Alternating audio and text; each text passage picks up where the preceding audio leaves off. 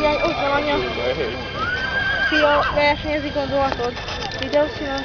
Lupsa Rihát segédhajtója Lupsa Csaba, neve a Lobai Stella és Csilla.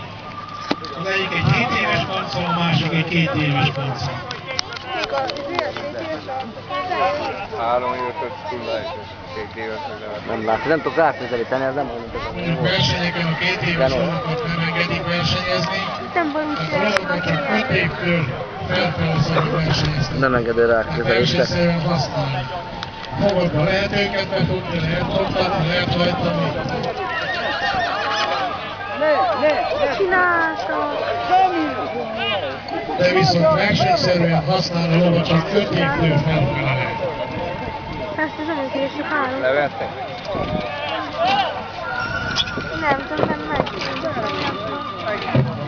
Aki hagytak valamit, ha? Ugye rajta. Ki hagytak? Nem tudom.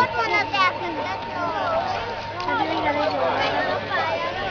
Nem veszik, hogy hívok a hívok.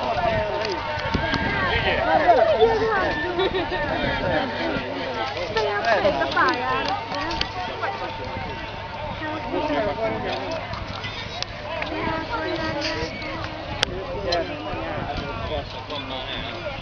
Ütött le? Nem ütött, még egyszer azt hiszem vagy.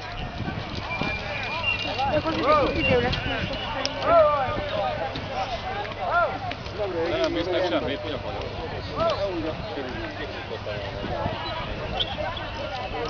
Idő az leesett lesz.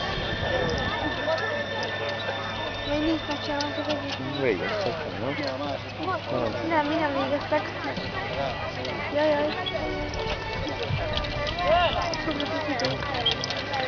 Figyelj, nem számít az idő. Csak hogy ne üssenek, figyelj, ne üssenek le egy bójás se. Idő számít? Mit számít? Idő. Még? Az az 1 perc? Hát mennyi? Hát a másik 2 perc alatt, a másik 20. Másik 20.